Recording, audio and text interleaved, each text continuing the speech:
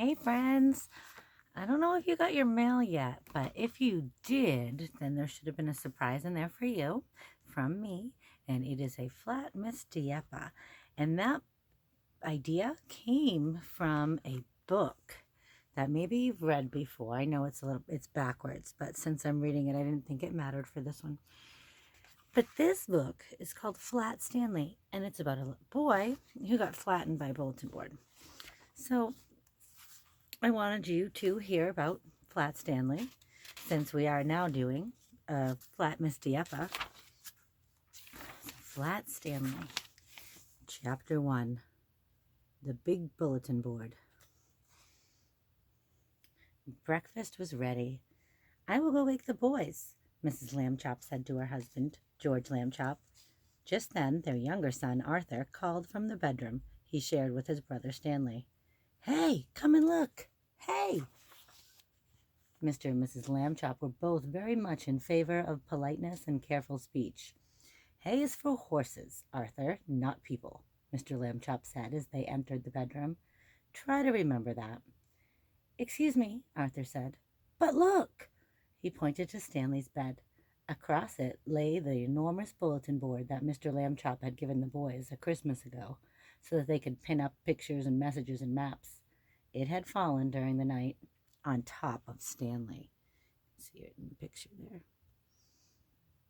But Stanley was not hurt. In fact, he would still have been sleeping if he had not been woken by his brother's shout. What's going on here? He called out cheerfully from beneath the enormous board. Mr. and Mrs. Lambchop hurried to lift it from the bed. Heavens, said Mrs. Lambchop. Gosh, said Arthur, Stanley's flat. As a pancake, said Mr. Lambchop. Darndest thing I'd ever seen. Let's all have breakfast, Mrs. Lambchop said. Then Stanley and I will go see Dr. Dan and hear what he has to say. In his office, Dr. Dan examined Stanley all over. How do you feel? He asked. Does it hurt very much? I felt sort of tickly for a while after I got up, Stanley Lambchop said, but I feel fine now.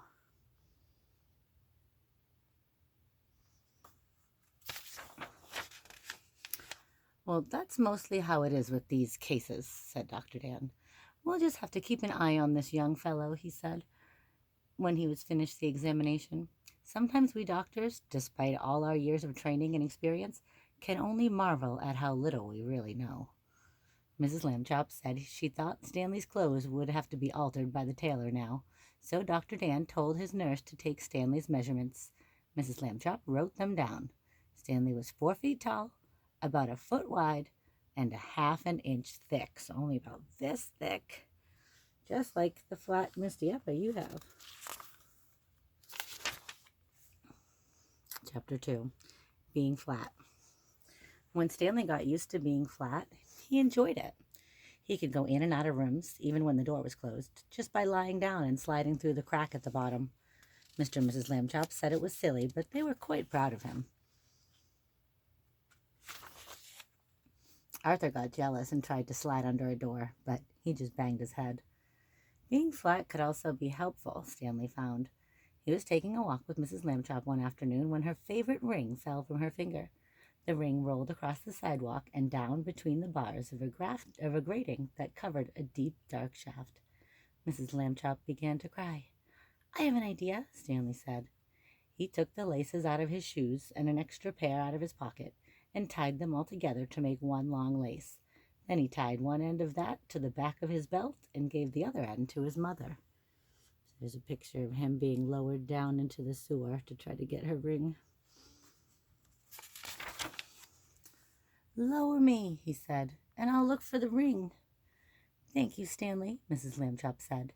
She lowered him between the bars and moved him carefully up and down and side to side so that he could search the whole floor of the shaft. 2 policemen came by and stared at Mrs. Lambchop as she stood holding the long lace that ran down through the grating. She pretended not to notice them. What's the matter, lady? The first policeman asked. Is your yo-yo stuck? I'm not playing with a yo-yo, Mrs. Lambchop said sharply. My son is at the other end of this lace, if you must know. There's the police wondering what she's doing.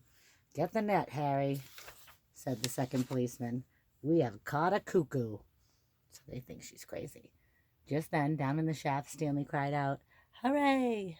Mrs. Lambchop pulled him up and saw that he had the ring. "Good for you, Stanley," she said. Then she turned angrily at the policeman. "A cuckoo indeed," she said. "Shame."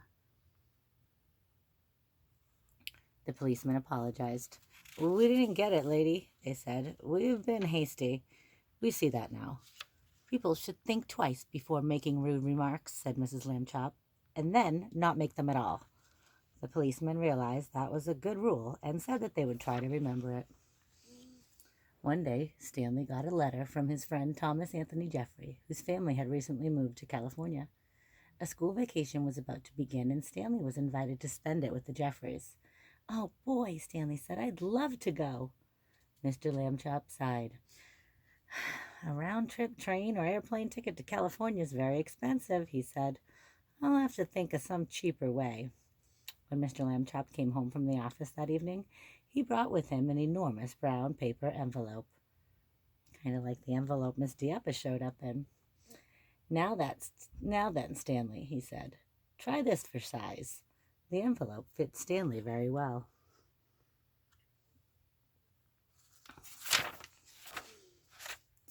There was even room left over, Mrs. Lambchop discovered, for an egg salad sandwich made with thin bread and a toothbrush case filled with milk. They had to put a great many stamps on the envelope to pay for both airmail and insurance, but it was still much less expensive than a train or an airplane ticket to California.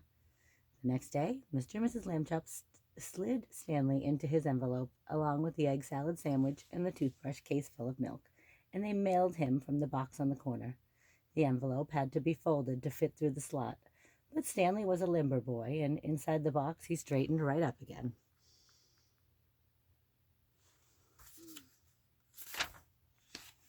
Mrs. Lambchop was nervous because Stanley had never been away from home alone before. She rapped on the box. "Can you hear me, dear?" she called. "Are you all right?" Stanley's voice came quite clearly. "I'm fine. Can I eat my sandwich now?" "Wait an hour, and try not to get overheated, dear," Mrs. Lambchop said. Then she and Mr. Lambchop cried out, "Goodbye, goodbye," and went home. Stanley had a fine time in California. When the visit was over, the Jeffreys returned him in a beautiful white envelope that they had made themselves. It had red and blue markings to show that it was airmail, and Thomas Jeffrey had lettered it "Valuable" and "Fragile" and "This End Up" on both sides. Back home, Stanley told his friends that he had been handled so carefully he never felt a single bump. Mr. Lambchop said it proved that jet planes were wonderful, and so was the Postal Service, and that this was a good age in which to live. Stanley thought so too. All right, so I will stop this video here, and I'll post another one with the next chapters. Chapter 3 is Stanley the Kite. So make sure you check them out so we see how it ends. Bye.